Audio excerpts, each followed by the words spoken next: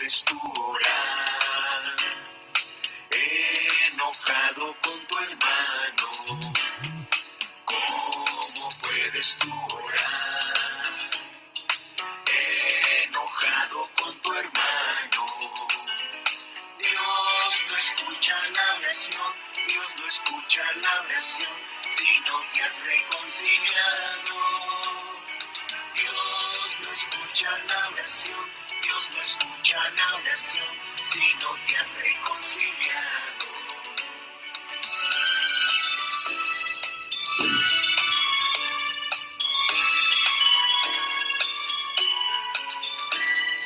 Nuevo mandamiento doy, que os améis unos a otros. Nuevo mandamiento doy, que os améis unos a otros. Como yo os he amado, como yo os he amado, nos améis también vosotros. Como yo os he amado, como yo os he amado, nos améis también vosotros.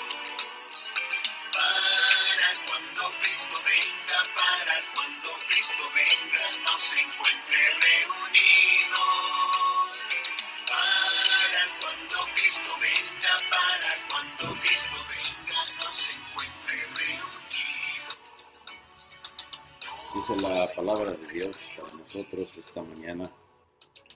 En esto se manifiestan los hijos de Dios y los hijos del diablo. Todo aquel que no hace justicia, que no ama a su hermano, no es de Dios. Porque este es el mensaje que habéis oído desde el principio, que nos amemos unos a otros. No como Caín, que era del maligno y mató a su hermano. ¿Y por qué causa le mató? Porque sus obras eran malas y las de su hermano justas. Hermanos míos, no os extrañéis si el mundo os aborrece. Nosotros sabemos que hemos pasado de muerte a vida en que amamos a los hermanos. El que no ama a su hermano permanece en muerte. Y todo aquel que aborrece a su hermano es homicida. Y sabéis que ningún homicida tiene vida eterna permanente en él. Oh, hermanos, este pasaje no necesita mucha explicación. ¿Qué tanto arreglo teológico buscaremos para entenderlo? Es muy claro. Solamente está diciendo una cosa. Si conocemos a Dios, amaremos. Si no podemos amar, esto es algo muy preocupante. Si traemos en nuestro corazón guardando enojos, resentimientos, rencor, pleitos, desacuerdos. Y no es malo tener desacuerdos. El problema es cómo manifestamos esos desacuerdos. Si lo hacemos en el amor de Cristo o lo hacemos haciendo uso de las armas de la carne. Bueno, pues Juan decide que quien no ama no conoce a Dios. Ya empezó a sugerir esto el canto que escuchamos en la introducción de nuestro devocional.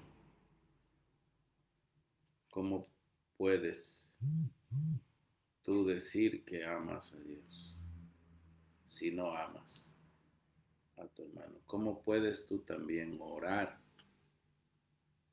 si no estás reconciliado? Para que la relación vertical se dé, para que haya esa conexión entre nosotros y el cielo. En otras palabras, para que nuestra comunión esté bien con Dios. La relación horizontal debe estar bien.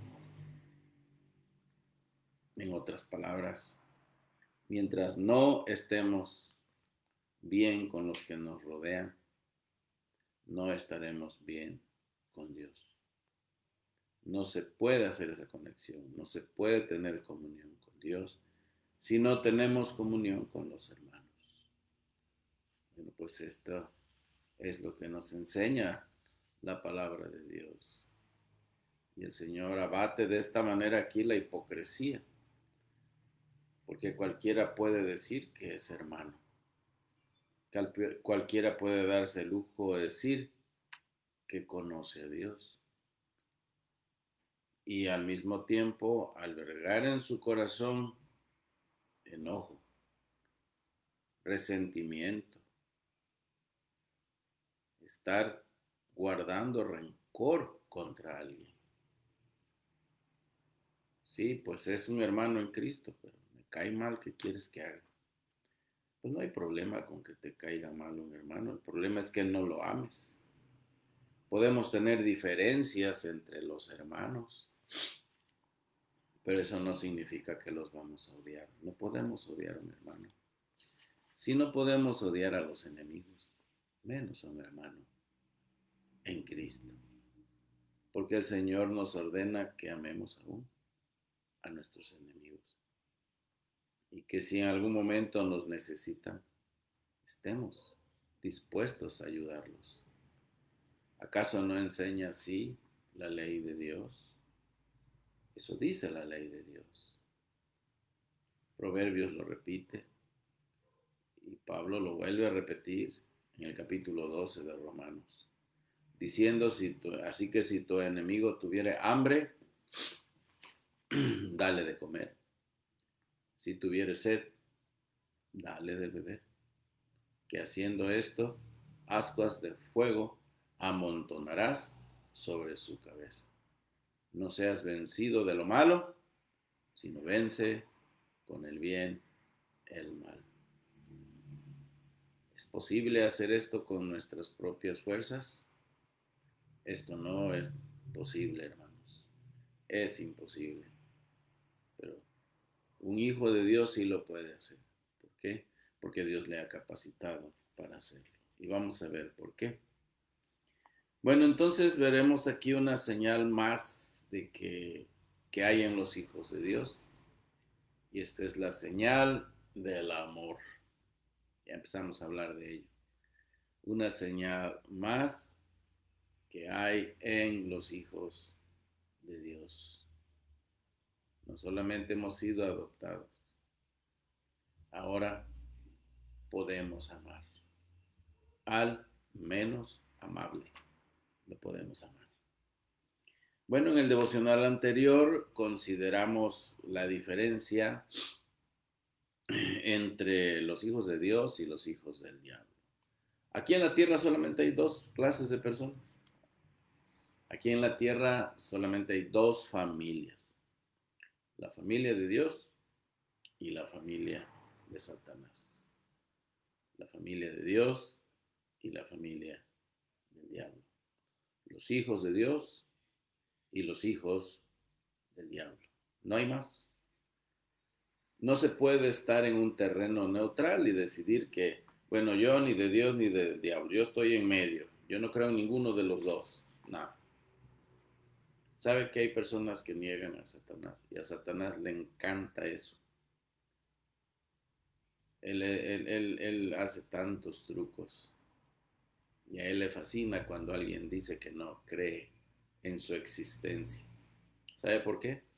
Porque él tiene más oportunidad de hacer cosas con esas personas. Él se disfraza, él se presenta de muchas maneras y siempre intenta lograr lo que quiere en la vida de la gente y más en aquellos que niegan su existencia, porque si alguien se atreve a negar la existencia de Satanás, es capaz de negar la existencia de Dios. Pero es imposible esto. ¿Por qué? Yo no creo. Yo no creo en ateos, porque la Biblia no cree en ateos. Allí en el capítulo 14, en el Salmo número 14, Salmo 14, y el Salmo 53 dicen que solamente dice el necio en su corazón, no hay Dios. ¿Y por qué dice así la palabra de Dios? Dice el necio en su corazón, no hay Dios. Es que lo niega. Desde el punto de vista de la filosofía no se puede negar lo que no existe, solo se puede negar lo que existe. Cuando alguien dice, yo no creo en Dios, está diciendo que sí cree, nada más que lo está negando. Y el salmista dice que es por su necedad que lo niega. Porque bueno, en primer lugar, Dios ha puesto el conocimiento suyo en el ser humano desde que lo creó. Dios insertó su conocimiento, el conocimiento de su existencia. Él puso conciencia ahí en el hombre de que Él existe. Haga de cuenta que Dios acababa de hacer esta computadora llamada hombre y le insertó por allí un chip que dice yo existo. Entonces, de manera intrínseca, el hombre conoce, el hombre sabe que Dios existe. Lo niega porque está depravado, porque está inclinado al mal, al pecado, y no tiene la capacidad de buscarlo por sí solo y de conocerlo. Si no es Dios el que se revela a él, el hombre no lo puede conocer. El hombre solamente ama las cosas de este mundo por eso, por su inclinación al mal, porque está depravado, ha heredado la naturaleza pecaminosa, pero de que sabe que Dios existe, sí lo sabe. Tiene conciencia de lo que es bueno y lo malo, esa virtud, ¿verdad?, que sirve para discernir entre lo que es correcto y lo que no es correcto, cosa que diferencia al hombre de los animales. Un animal hace cosas que para el hombre son totalmente ridículas y vergonzosas, pero un animal no tiene conciencia, entonces el animal va a hacer lo que le dicta su instinto y lo va a hacer porque lo va a hacer sin importar dónde sea y delante de quién sea. ¿Por qué el hombre no puede hacer eso? Porque tiene conciencia de lo que es correcto y lo que es incorrecto. Sabe lo que es bueno y lo que es malo. En segundo lugar, porque Dios ha dado muestras, señas, señales de su existencia en su creación. A esto la Biblia se conoce en la palabra de Dios como revelación natural. Dios ha puesto las marcas, ha dejado las huellas de su existencia, de que Él existe en toda su creación. Porque lo que de Él se conoce, todo su eterno poder y seriedad, se hace claramente visible por medio de las cosas hechas, dice Pablo en Romanos 1, de modo que no tienen excusa. El hecho de ver el cielo, ver las estrellas, ver la luna, ver el sol, ver el cosmos, habla de que Dios existe.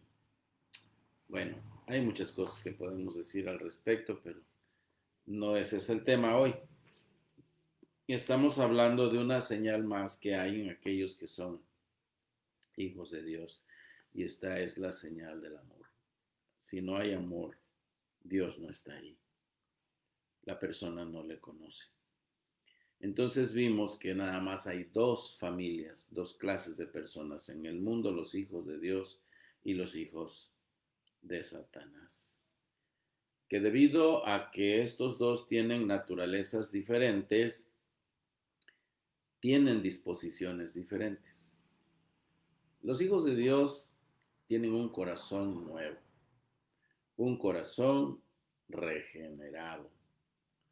Los hijos del diablo no lo tienen, solamente cuentan con la naturaleza pecaminosa, que por cierto nosotros seguimos teniendo. Cuando nos convertimos a Cristo, Dios no erradicó el pecado de nosotros. Ahí lo dejó.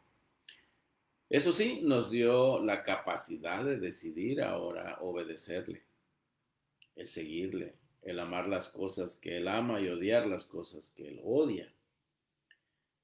Pero, ¿qué con el hijo del diablo, aquel que no conoce a Dios? Pues solamente cuenta con su naturaleza caída. ¿Cómo podrá defenderse de ello? No tiene con qué protegerse, no tiene con qué defenderse de sus instintos, de sus gustos, de su inclinación al pecado. El Hijo de Dios tiene temor de ofenderle y quebrantar su santa ley, pues el Espíritu Santo está en él y no se sale. Dice que la simiente de Dios permanece en él. Dice el versículo 9 del capítulo 3 de Primera de Juan que estamos estudiando. Todo aquel que es nacido de Dios no practica el pecado. Ya vimos qué significa esto el día de ayer.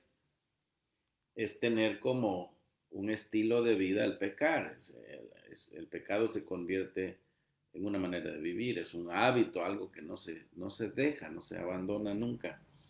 Y quien vive así para pecar, pues no conoce a Dios.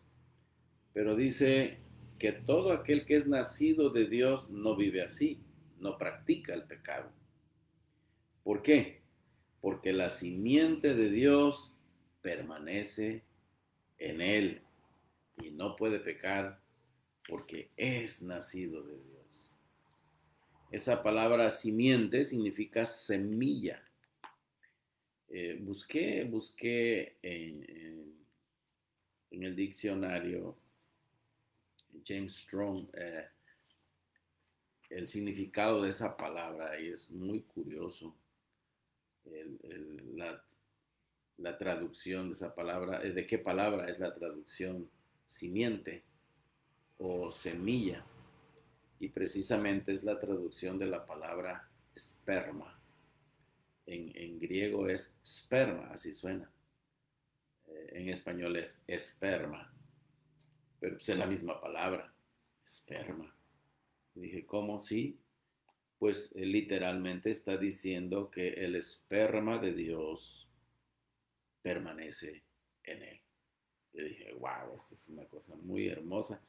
Saber que la semilla de Dios es el Espíritu de Dios, está en nosotros.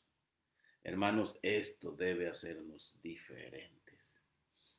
Oh, el Espíritu de amor está en nosotros. Dice Pablo que el amor de Dios ha sido derramado en nosotros por el Espíritu que nos ha dado. Eso es lo que el apóstol Pablo escribió a los romanos.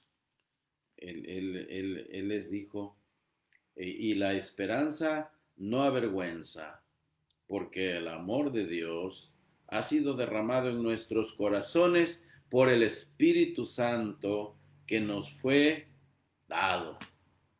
Este es el Espíritu de amor. Entonces, quien tiene a Cristo en su corazón, tiene el Espíritu Santo en su corazón, en su vida, en el centro de su personalidad.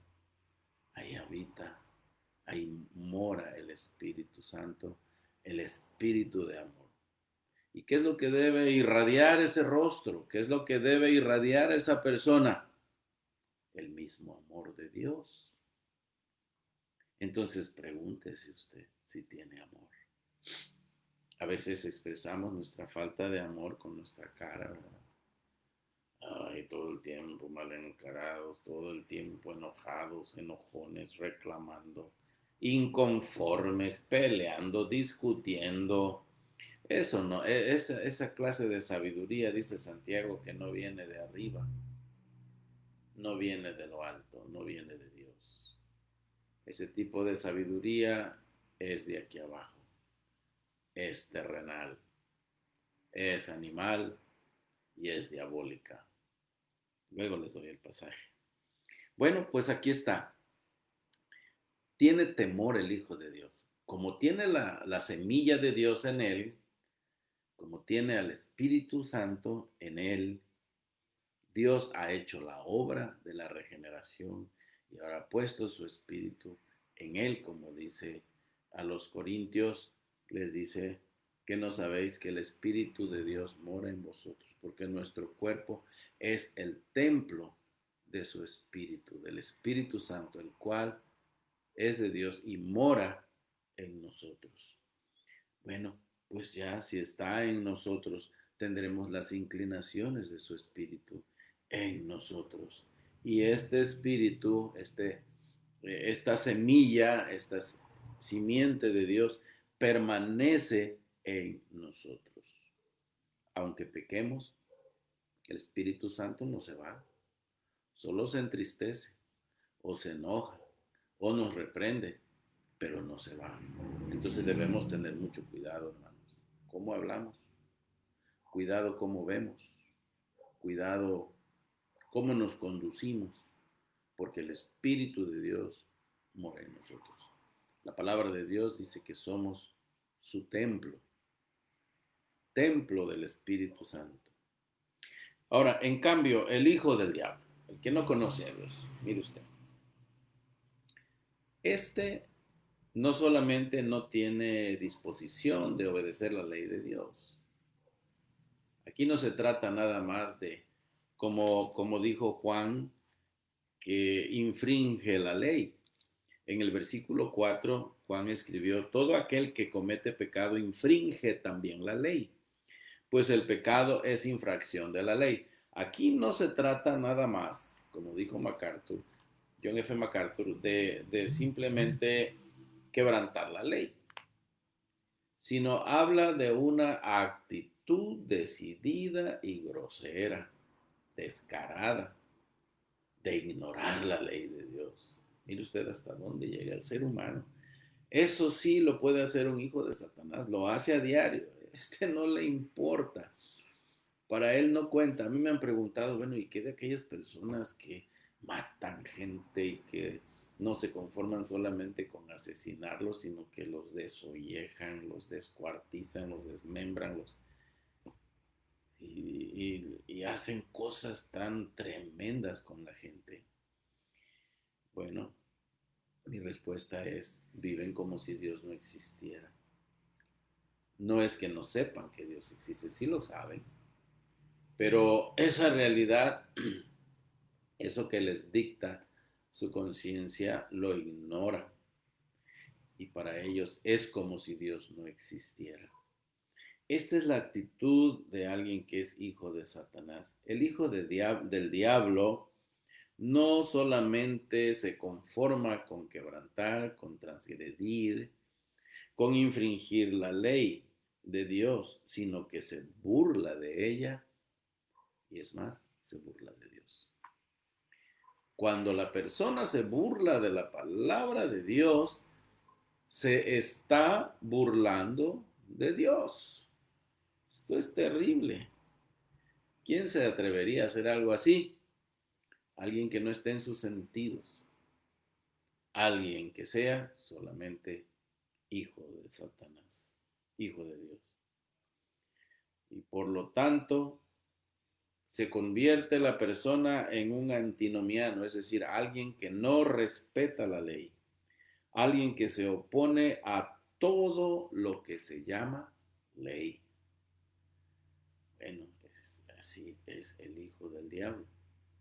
Vive como si Dios no existiera y desafía incluso la palabra de Dios. Y de ser posible, desafía a Dios.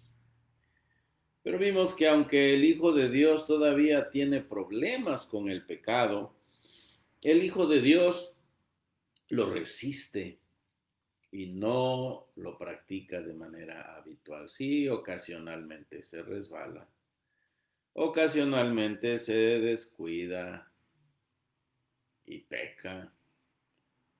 Pero qué tremendo cuando peca. El pecado entristece al Hijo de Dios y de ser posible lo enferma y de ser posible lo mata. y no haya reposo hasta que no lo confiesa y lo abandona. Oiga usted las palabras de David en el Salmo 32. David cometió un pecado terrible, se metió con una mujer que no le pertenecía. Para cubrir su pecado, mandó a asesinar a su marido. Primero trató de cubrir su pecado enviándola a su casa para que durmiera con su mujer. No lo logró porque este hombre era un hombre muy justo y era uno de sus mejores soldados. Y bueno, lo regresó al campo de batalla, pero con una carta para entregar al general Joab para que lo pusiera en el frente de la batalla donde seguro iban a llegar las flechas para asesinar a este hombre y así murió. Y David por un buen tiempo cayó en su pecado, trató de taparlo, pero pues la palabra de Dios dice que el que encubre sus pecados no prosperará. Y además dice que tu pecado te alcanzará. Y bueno, el pecado de David lo alcanzó. Y mientras él no confesaba su maldad, su pecado, no se reconciliaba con Dios, él se puso muy mal. Y dice el Salmo 32, la experiencia de David fue esta: mientras callé, se envejecieron mis huesos en mi gemir todo el día, porque de día y de noche se agravó sobre mí tu mano, se volvió mi verdor en sequedades de verano. Esto sugiere, dicen algunos comentaristas, que David se enfermó de gravedad. David recibió el pago de su pecado en vida. Para empezar, a su hijo Dios le quitó la vida porque Betsabé se embarazó de esa unión incorrecta. Se embarazó, el niño nació, todo bien, pero al rato Dios lo enfermó. Hermanos, andemos en el temor del Señor. Hay predicadores tan cobardes, a mí me ponen rabioso cuando tratan de diluir la palabra de Dios y decidir, no, pero lo bueno que Dios ya no hace esas cosas, porque si Dios hiciera esas cosas ya nos hubiera matado a todos. Y miren esos predicadores que han perdido la hombría, me dan ganas de ahorcarlos, porque eso no está correcto. La palabra de Dios debe decirse como está. No hay que bajarle, no hay que aumentarle, pero tampoco hay que quitarle.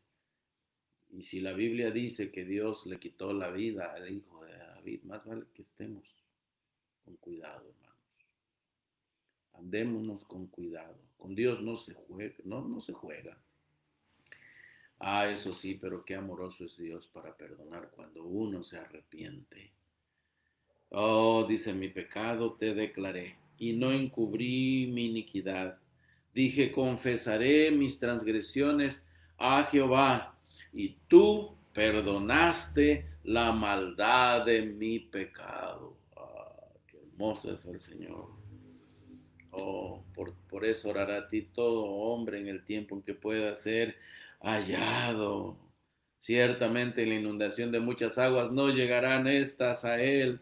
Tú eres mi refugio, me guardarás de la angustia, con cánticos de liberación me rodearás. Ese es el Dios que yo conozco.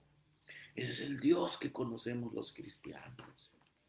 Es un Dios tan perdonador, tan amoroso. Eso sí, pero no lo provoques. No lo provoques porque Dios es santo, 3 veces santo, y Dios aborrece el pecado.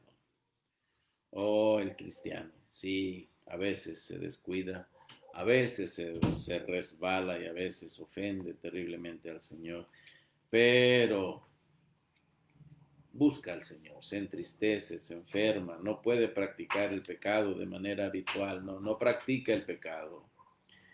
Y no descansa hasta que no lo confiesa y lo abandona.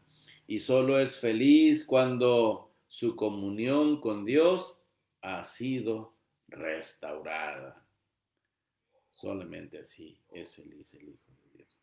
Y no puede ser feliz de otra manera. Míralo nadar en el pecado y lo verás todo angustiado, decaído, sin buen apetito, sin disfrutar la vida. ¿Por qué? Porque sabe que ha pecado. Esa es la diferencia entre un hijo de Dios y un hijo de Satanás.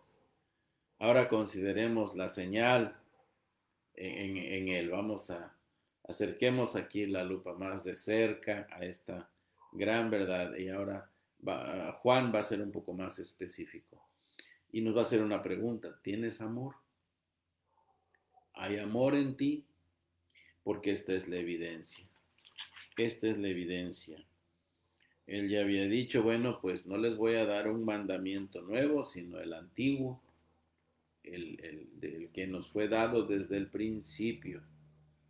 Desde que el Señor empezó a tratar con sus apóstoles, lo primero que les enseñó fue a que se amaran. Porque estos tipos eran bien embusteros a veces.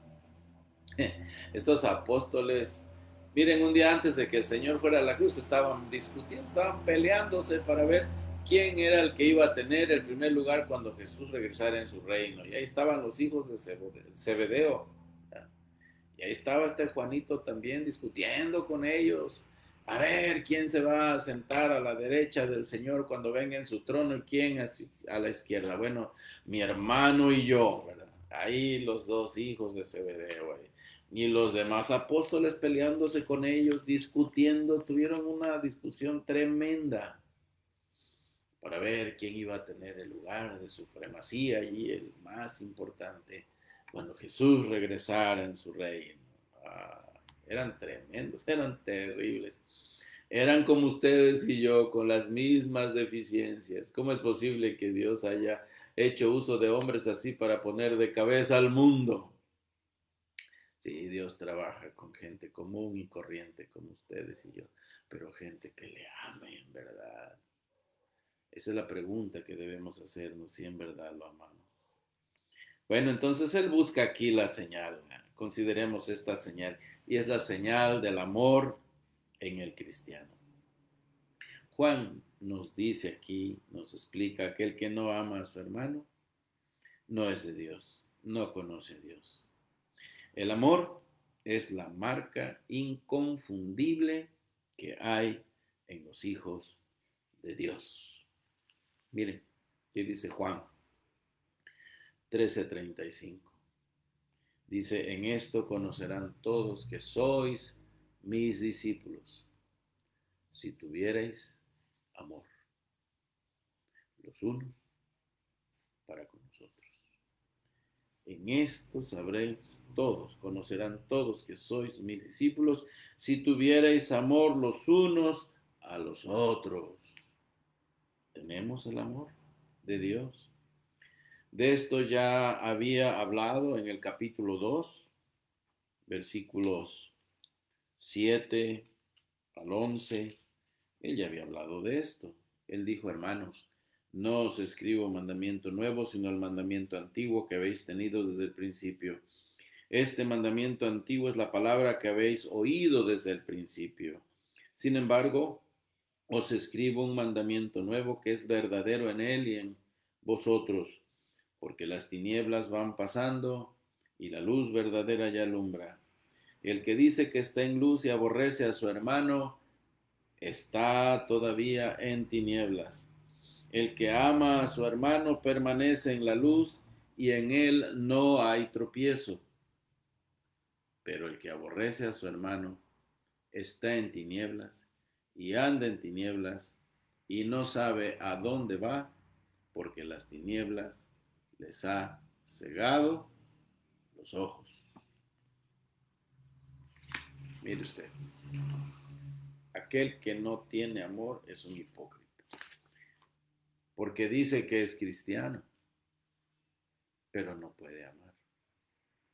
Pregúntese usted, ¿tiene a alguien en su mente en este preciso instante que usted no puede aceptar, con el cual usted no puede acercarse, al que usted no puede saludar?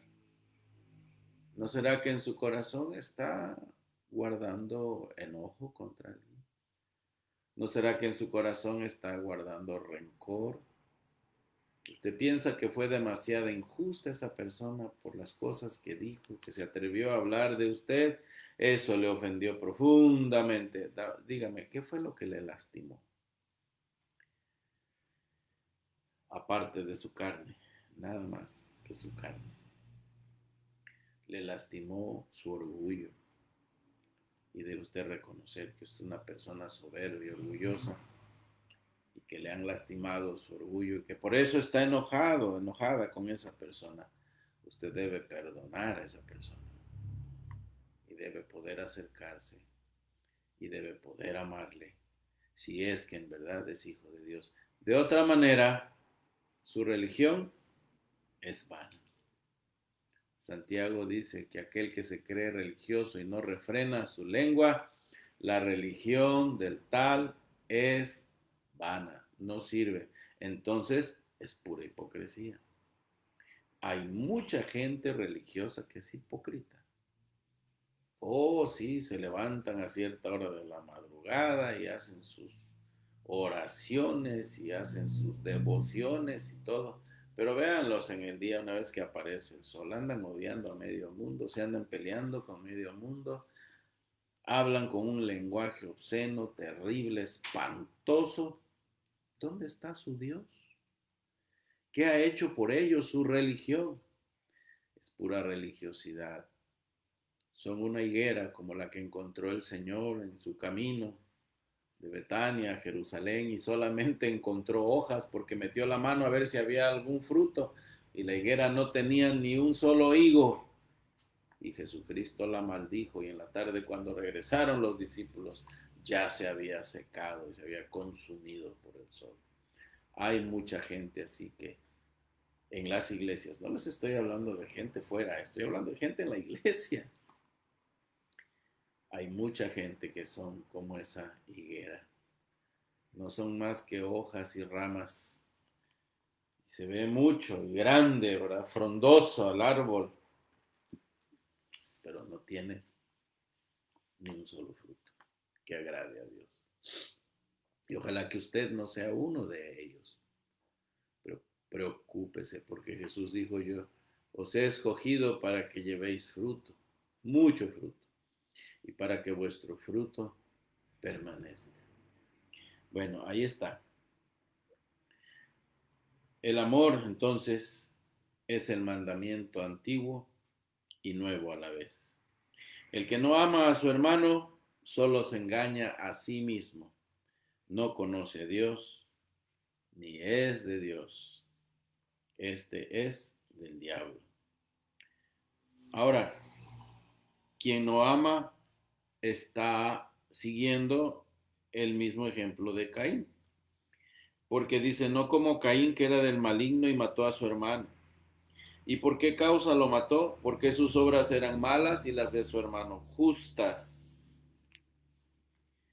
Bueno, cuando hablamos de Caín, hablamos de alguien que cometió el primer crimen en la tierra, el primer asesinato. ¿Qué revela el hecho que Caín mató a su hermano? ¿Por qué causa lo mató? Bueno, dice aquí la escritura que Caín, para empezar, era del maligno, o sea, era hijo de Satanás. Él no era hijo de Dios. Era creación de Dios porque Dios lo hizo, sí. Pero su verdadero padre era Satanás. Eso dice la escritura aquí.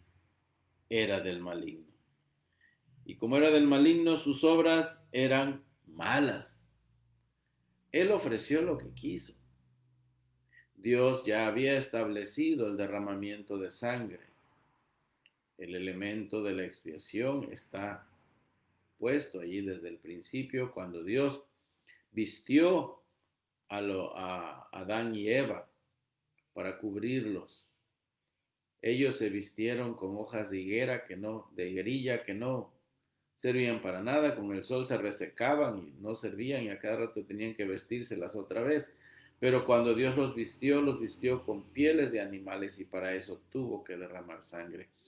Y desde allí está anunciándose el sacrificio de Cristo.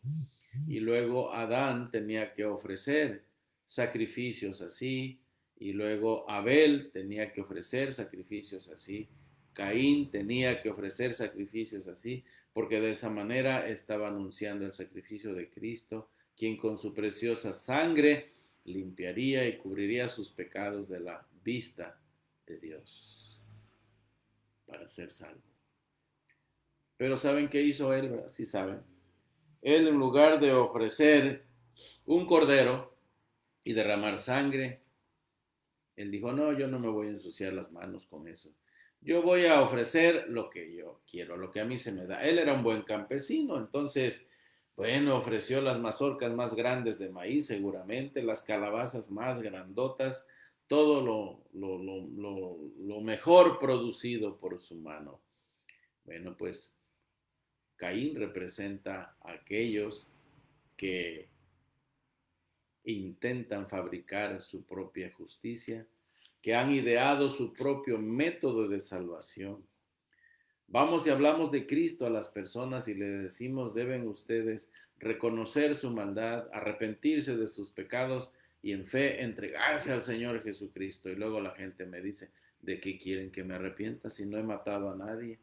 No he asaltado un banco, no he asesinado a nadie, no he robado a nadie, he sido un buen padre, he sido responsable, no he dejado morir de hambre a mis hijos, me he portado bien, he sido fiel a mi esposa. Bueno, y ahí le siguen la lista. Este tipo de gente dice, no he sido demasiado bueno, pero tampoco demasiado malo como para que Dios me mande al infierno. Y como Él es todo bondad, me va a mandar al cielo el día que yo me muera. ¿Ven cómo el hombre ha ideado su propio método de salvación? Exactamente lo mismo que hizo Abel. Caín, perdón. Lo mismo que hizo Caín. Caín ofreció lo que a él se le dio la gana. Él no estaba de acuerdo con Dios y él no ofrecería un sacrificio. Entonces él desafió a Dios y ofreció lo que él quiso. Fabricó su propio método de salvación, que es de obras, confió en sus obras y al final se fue al infierno. En tercer lugar, tenía envidia de su hermano, porque su ofrenda no fue aceptada. Con desagrado Dios vio la ofrenda de Caín y dijo, esta no la puedo recibir. Y Caín se llenó de odio, se llenó de rencor. Una raíz de amargura nació en su corazón y se apoderó de todo su ser. Y aunque Dios le dio la oportunidad de arrepentirse y abandonar su pecado, Caín se siguió de frente. Dios se lo dijo en el capítulo 4, versículos 6 al 8 de Génesis. El Señor le hizo ver, ¿y por qué está tu semblante caído? ¿Por qué no corriges tu actitud? ¿Por qué no haces las cosas bien? Arrepiéntete. Y no le hizo caso a Dios. Al contrario, invitó a su hermano a ir a pasear al campo, engañándolo, porque ya se había metido el pecado en su corazón y él solamente buscaba una oportunidad para consumarlo. Y lo llevó al campo y allá lo asesinó. Bueno, es así como el ser humano peca. La concupiscencia, una vez que ha hecho su obra en el corazón del hombre, da luz el pecado y el pecado, siendo consumado, trae a luz la muerte. Caín lo que tenía era una raíz de amargura como le pasó a Esaú, que cada vez le llevó a hacer peores y peores cosas. Esaú también es otro caso clásico de aquellos que permiten que nazca una raíz de amargura en el corazón. ¿Qué es lo que pasó con Esaú después de que Jacob lo engañó, ¿verdad? Con su madre y se fue, tuvo que salir huyendo porque ya tenía ganas de asesinarlo. Y se consolaba con el hecho de que una vez que muriera su padre, lo iba a matar porque estaba enojado con él, porque le quitó los derechos de primogenitura y luego le robó la bendición y dijo, no, este lo tengo que matar, a mí no me tocó nada, lo voy a asesinar. Y mira, lo mismo hacemos hoy día. Ya cuando la agarramos contra alguien en la obra de Dios, en la iglesia, a esa persona no dejamos de perseguirla hasta que la matamos.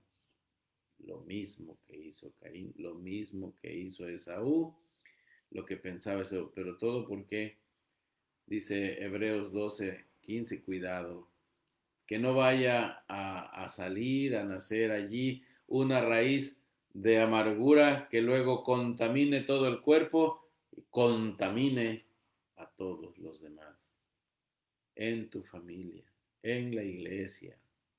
Qué terrible cuando esa raíz de amargura está en el corazón de un hermano. Llega a casa y lo primero que hace es empezar a despepitar todos sus desacuerdos delante de sus hijos. Oh, un hermano aprendió esta lección allá en la frontera, recuerdo, mi hermano, que pues amé tanto, ¿verdad? Y me amó tanto este buen hermano. Él decía, él decía, la cosa peor para hacer como cristianos es llegar a casa y hablar de todos nuestros problemas en la iglesia con los hijos, estando presentes ahí los niños y oyendo todos nuestros desacuerdos, sacando todo nuestro enojo, toda nuestra amargura. ¿Sabes qué va a pasar? Que esa raíz de amargura va a afectar a su esposa, va a afectar a sus hijos y tarde que temprano los va a matar.